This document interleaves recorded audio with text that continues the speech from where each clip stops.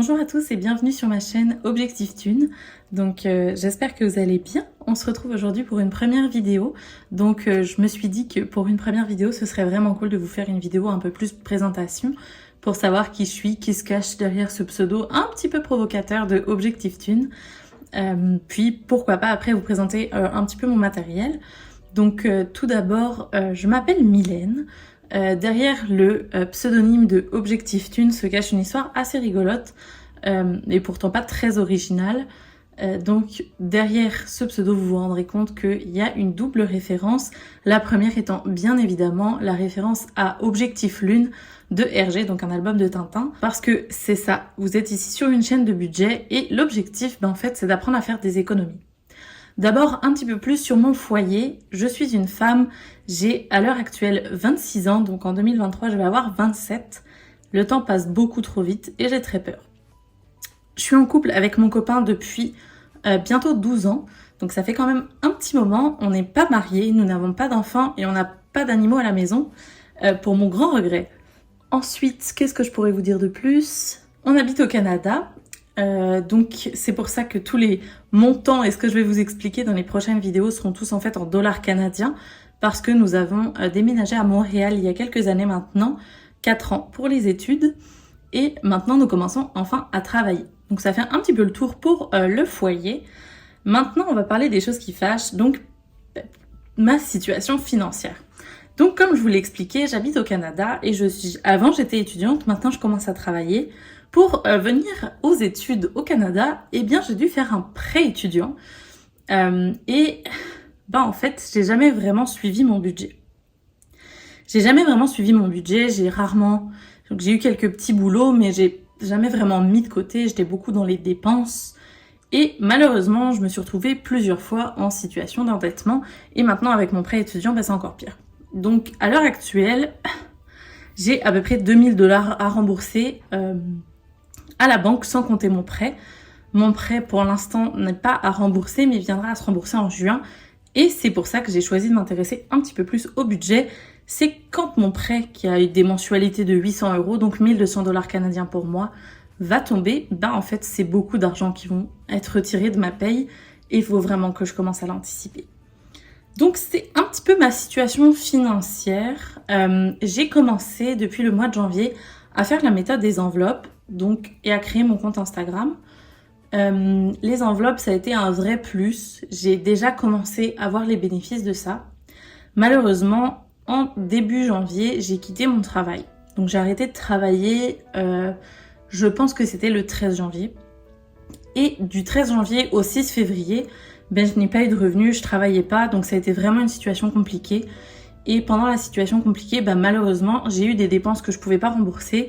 Et j'ai aussi craqué sur certaines choses et toutes les économies que j'avais réussi à mettre de côté avec les enveloppes, en fait, elles sont tombées un petit peu à l'eau. Donc les petites erreurs que j'ai pu faire en commençant, c'est déjà d'essayer d'aller un peu trop vite. Vous le remarquerez avec mon classeur, j'ai fait beaucoup d'enveloppes, j'ai fait beaucoup d'enveloppes de défis, d'épargne.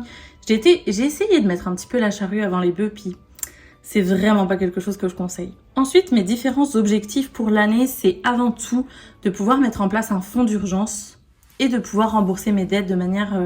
déjà de rembourser mon 2000 $ que je dois à la banque. Ça, c'est déjà un premier point super important.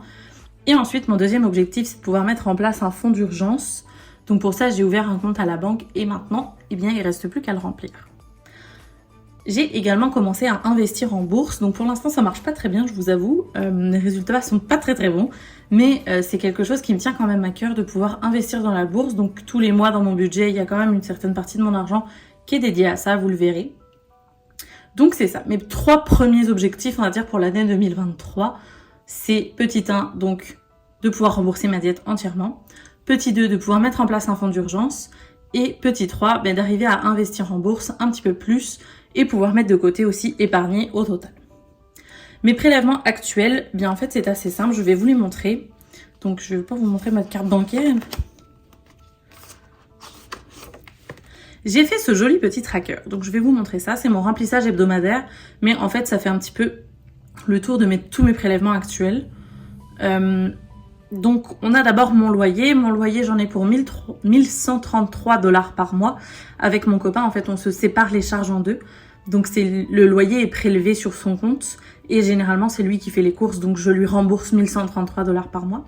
Ensuite, nous on a ce qu'on appelle Hydro-Québec. Donc Hydro-Québec, c'est tout ce qui concerne l'électricité de notre logement. On habite en appartement. Et donc Hydro-Québec, j'en ai à peu près pour 60 à 70 $ tous les 2 mois.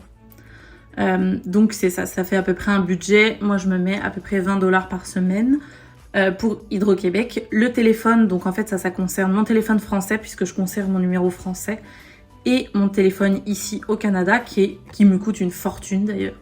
Je pense que je dois en avoir pour à peu près entre 40 et 45 $ par mois. Et c'est pas très cher par rapport au forfait d'ici. Donc ensuite on a la catégorie abonnement. Donc les abonnements en fait c'est, comme vous pouvez le voir, hein, tout ce qui est un peu réseaux sociaux.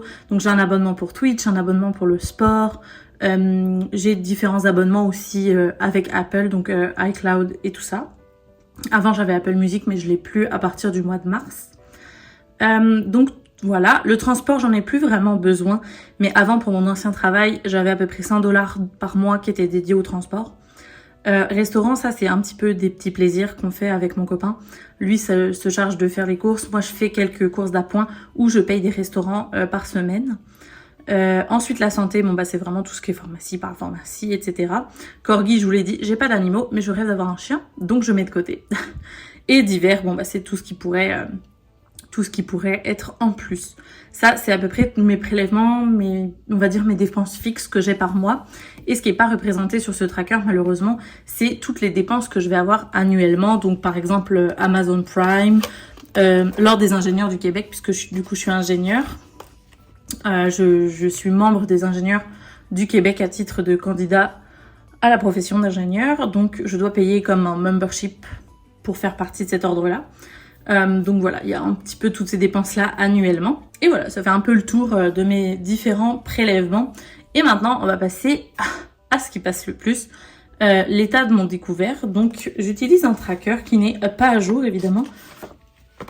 Donc pour suivre ma carte de crédit, donc au début du mois en fait elle était de 1770. Là je peux vous dire qu'aujourd'hui, donc on est fin février, et elle a fait un gros bond à 2340 je crois. Si ma mémoire est bonne, donc il faudrait que je remplisse ce tracker-là. Je suis vraiment pas très fière de mon découvert. C'est quelque chose qui est difficile pour moi de vous le présenter. Mais c'est comme ça qu'on s'améliore aussi. Il faut savoir un petit peu faire part de ses vulnérabilités. Et c'est ce que j'essaie de faire. Donc je pense que ça fait un petit peu le tour pour cette vidéo. N'hésitez pas à me dire ce que vous en avez pensé en commentaire, à vous abonner si vous avez des questions, etc. Puis ensuite on passera aux vidéos un peu plus intéressantes et un peu plus importantes. Je vous dis à bientôt pour une prochaine vidéo. Bonne journée. Bye!